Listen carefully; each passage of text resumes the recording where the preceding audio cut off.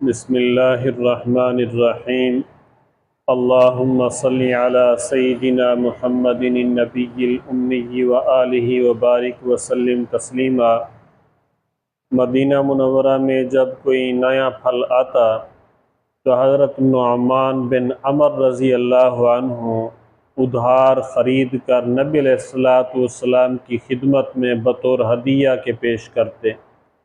جب دکاندار پھل کی قیمت کا مطالبہ کرتا تو حضرت نعمان بن عمر رضی اللہ عنہ دکاندار کو نبی علیہ السلام کی خدمت میں لے آتے اور عرض کرتے، اے اللہ کے رسول صلی اللہ علیہ وسلم، پھل کی قیمت ادا کیجئے۔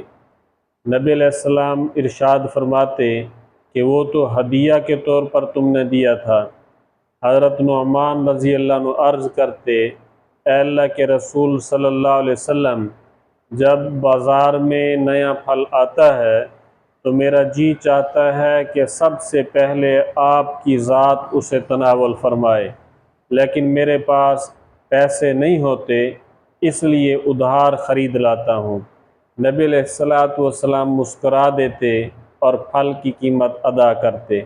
اس طرح بھی نبی علیہ السلام کی ذات اقدس سے پیار کرنے والے صحابہ تھے۔